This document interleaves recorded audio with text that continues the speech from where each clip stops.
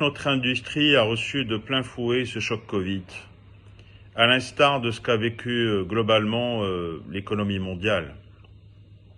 Cet impact s'est traduit par un arrêt brutal des commandes, conjointement avec la suspension des paiements de certains de nos clients.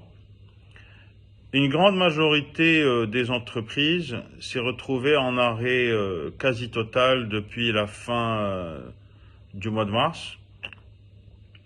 Et une bonne partie des entreprises a eu du mal à redémarrer ses activités faute de commandes et faute aussi d'une situation financière assez précaire.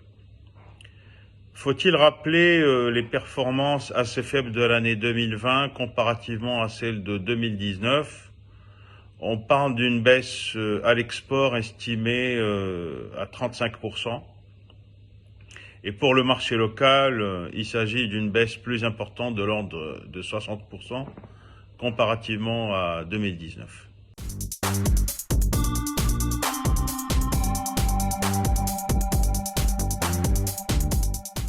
Tout indique qu'une redistribution des cartes se fera inévitablement dans la phase après Covid.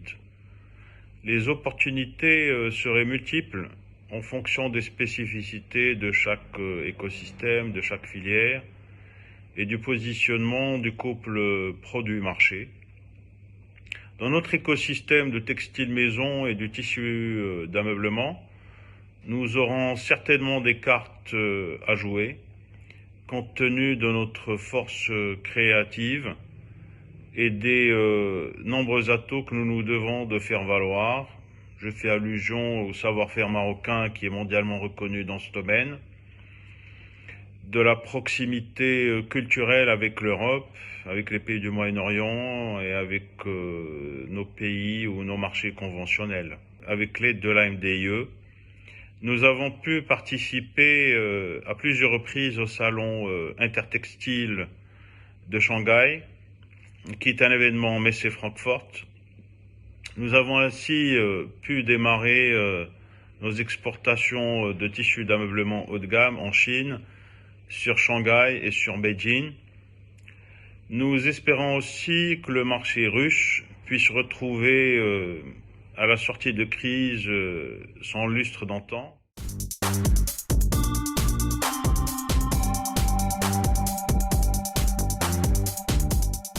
Notre secteur textile est un secteur d'avenir.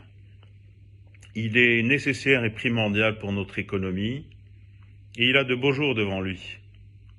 À nous de savoir saisir tous ensemble les opportunités qui se présenteront à nous avec beaucoup de sérieux, beaucoup de rigueur. Nous avons énormément d'atouts à faire valoir, un héritage, un savoir-faire et une culture très riche et très inspirante. Nous devons aussi changer notre état d'esprit en devenant un peu plus ambitieux, un peu plus conquérant.